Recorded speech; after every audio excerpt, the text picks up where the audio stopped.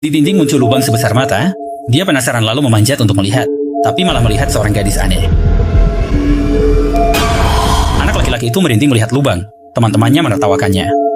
Dia menunjuk lubang dan memberitahu teman-temannya ada gadis kecil aneh di seberang sana. Tapi temannya bilang di dinding tidak ada lubang. Temannya yang bingung mendekati dinding, lalu menempelkan wajahnya di posisi yang ditunjuk anak laki-laki itu.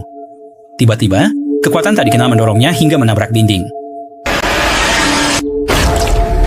Hidung dan mulut temannya berdarah deras karena terbentur batu di lubang itu. Temannya bersikeras bahwa anak laki-laki itulah yang mendorongnya, dan karena marah, dia hampir saja memukulnya. Untungnya, kakak perempuan mereka pulang dan berhasil menghentikannya. Temannya yang masih marah pun membanting pintu dan pergi. Kedua orang memberanikan diri mendekati mulut lubang. Kakaknya perlahan mendekat, mengintip ke dalam lubang, melihat seorang gadis merangkak susah payah di tanah.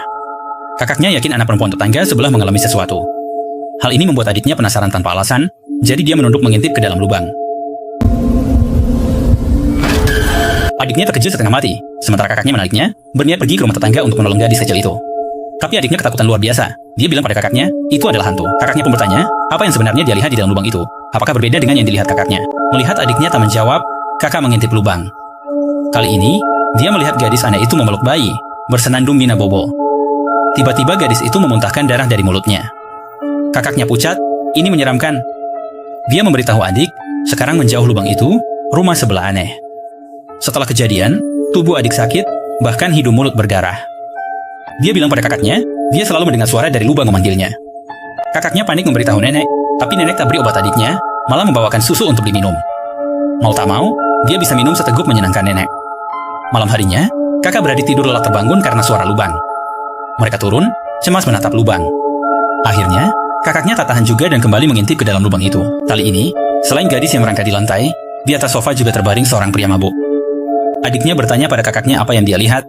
Kakaknya memberitahu bahwa sepertinya gadis itu sudah mati, sementara pria mabuk di sampingnya tidak menolongnya. Untuk memastikan, adiknya maju mengintip lubang, menyadari ruang tamu di dalamnya mirip dengan ruang tamu mereka. Adiknya menunjuk dinding bekas jam, berkata pasti pernah ada jam digantung di sana. Nenek mereka juga sering bicara sendiri soal waktu menghadap dinding itu. Sementara di ruang tamu dalam lubang, jam di dinding itu masih ada. Jadi, ruang tamu di dalam lubang itu sebenarnya adalah ruang tamu mereka sekarang, dan kejadian di dalam lubang pasti pernah terjadi sebelumnya. Lalu, apa maksud perilaku aneh gadis misterius itu yang ingin disampaikan? Pada saat yang sama, ibu mereka yang koma akibat kecelakaan mobil akhirnya sadar. Begitu tahu anak-anaknya di rumah kakek, wanita itu mulai panik.